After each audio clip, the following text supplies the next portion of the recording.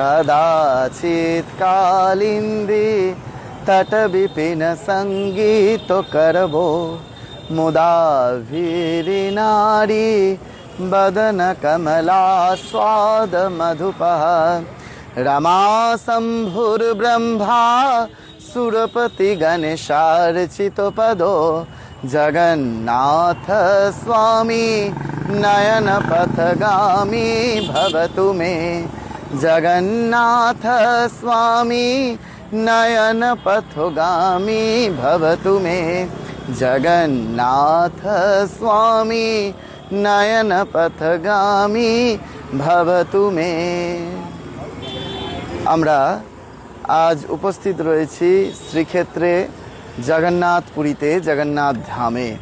এই জগন্নাথ ধামে ভগবান জগন্নাথ মহাপ্রভুর কাছে আপামর ভক্তজনের উদ্দেশ্যে আমরা প্রার্থনা জানাচ্ছি, যারা ভগবানকে লাভ করতে চান, মনুষ্য জীবনের উদ্দেশ্য যাদের একমাত্র ভগবান লাভ, শ্রীরামকৃষ্ণদেব আমাদেরকে যা বেঁধে দিয়েছেন সেইটি জীবনের আদর্শ করে আমরা যারা ভক্ত জীবন গঠন করতে চাইছি, তাদের সকলের উদ্দেশ্যে এই শরীরের প্রার্থনা, প্রভু যেন আমাদেরকে সেই পথে সদা সর্বদা এগিয়ে নিয়ে চলেন, আর পরিশেষে আনন্দের স্বরূপ শ্রী ভগবানকে যেন আমরা দর্শন করতে পারি।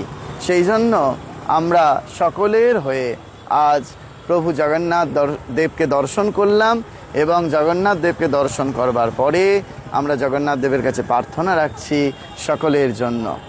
আর প্রভু আমাদের সকলকে দর্শন দেবার জন্য অভিমুখী হয়েই আছেন।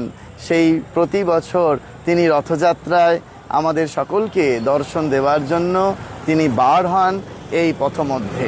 সেই জন্য প্রভু জগন্নাথ দেবকে খুব করে সকলে আপনারা ভালোবাসুন, সকলে আনন্দ করুন, সকলে তার সেবায় রত হন, তাকে নিয়ে চিন্তায় নিমগ্ন হন।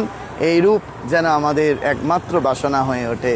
শ্রী শ্রী মা ঠাকুরন যখন প্রথমবার এই শ্রীক্ষেত্রে জগন্নাথপুরীতে এসেছিলেন, তখন সেই তিনি অপূর্বভাবে দাসীর মতো জগন্নাথ দেবকে দর্শন করছেন, যে তিনি সেই দর্শন করে বলছেন, আমি যেন জন্মে জন্মে তোমার সেবা করতে পারি।